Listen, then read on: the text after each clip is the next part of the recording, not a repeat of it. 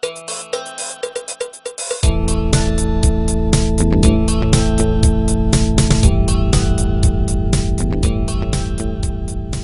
again. I'm going to make an effort to be very somber when I start these videos rather than chuckling. Because little Zoom lady, God love her. You know, someday I want to meet her. I want to meet her. I want to have her children. There'll probably be some kind of AI droid robot thing. But I want to be somber. By the way, we're listening to Peter Gabriel because why wouldn't you? Subject for today, he looks, yeah. I'm going to talk about false tension. And the reason I want to talk about false tension is I've just finished editing and gotten back from my editor two pieces. One is purely ebook length, and one is just novelette bordering on novella length. In addition to that, I'm also editing one which is a novel, all my own work. So I'm very sensitive to something, and it was highlighted to me because I'm also working with another author to help them improve their work. And one of the things I noticed in this other author's work was what I call false tension, meaning the story was written as if something exciting was supposed to be happening. But in reality, the writing did not convey the excitement, did not convey the energy of an exciting situation. It was written pretty much the way everything else in the novel was written, poorly. And the challenge there for me is I can't be interested and excited by something unless I know there's a reason for it. If you have two characters at odds with each other, there's tension, there's conflict. Okay, I got it. Don't write tension and conflict unless you're willing to be vested in it, unless it definitely interests you, unless you care about it, unless you care about the outcome. And I'm going to go one better. It's not enough that you care about the outcome, because if you're basically using your writing to preach your own belief system, no good. But if you can be interested in both outcomes because it's a question to you, that is an interesting thing that you're going to write. Make both sides right. I've mentioned that before. Let's bring this back to my own writing. What tends to happen in my writing is my characters go through a lot of change, a lot of evolution. There is tension from outside sources. There's conflict between sources. But there's also a lot of internal tension, internal conflict. Very often my protagonists are deeply troubled individuals, like me. And I'm going to be somber, I'm sorry. They're deeply troubled, like myself. And what I need to do is create recognizable tension, anxiety, conflict, combativeness between my characters and the environment, between my characters and the situation, whatever. Give you some examples. You have a couple, two partners, or people who want to be partners, but they know it's not going to work out. Or at least one of them knows it's not going to work out. And they have very good reasons for knowing it's not going to work out. Maybe it's religious differences. Maybe it's age. Maybe it's who knows what. One likes spicy foods, the other one likes mayonnaise. my beloved. That that conflict has to be directed enough and have meaning to them in there. You can have people who are not going to be together based on religious differences, but unless their religion really has meaning to them, unless it has been demonstrated to have meaning to them, at least unless they care about their belief system, why are they having the conflict? Why is there a tension? Just get together and do whatever you want to do. Because, you're a Christmas and Easter, a C&E Christian. You're a Hanukkah and Yom Kippur Jew, whatever. There's no real conflict. You don't really care about your religious belief system. It's just what a label you have on yourself. Not a big deal. Political beliefs. Political beliefs.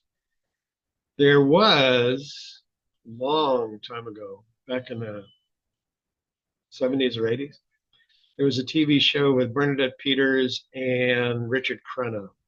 He was a staunch Republican. She was a very liberal Democrat, but they were together as a couple. Forget the size differences. And despite Richard Crenna's presence, despite Bernadette Peters' prickiness, it never really held as a show because it was a comedy. Comedies are fine, but there was no meaning in their conflict. You knew they were always going to get back together. You knew they cared about each other.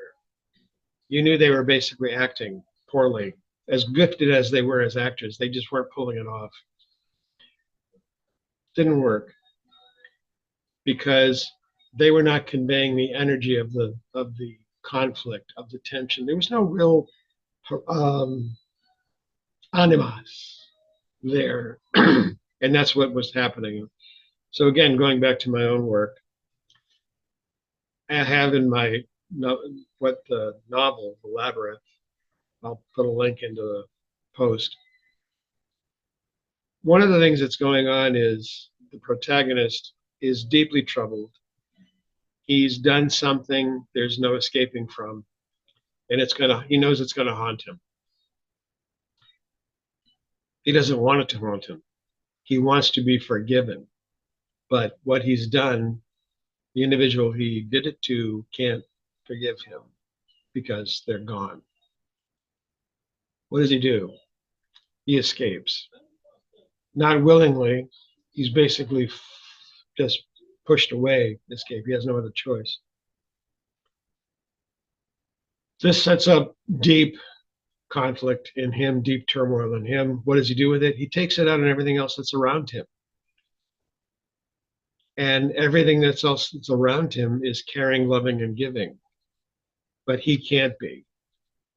So there's the tension, because he does not want them to love him. He wants them to punish him. They do not wish to punish him. They wish to give him comfort, solace, and help him get through this. And as much as I've written of the novel so far, it's not working because he is so angry at himself, so enraged at what he's done, that he can't be around others.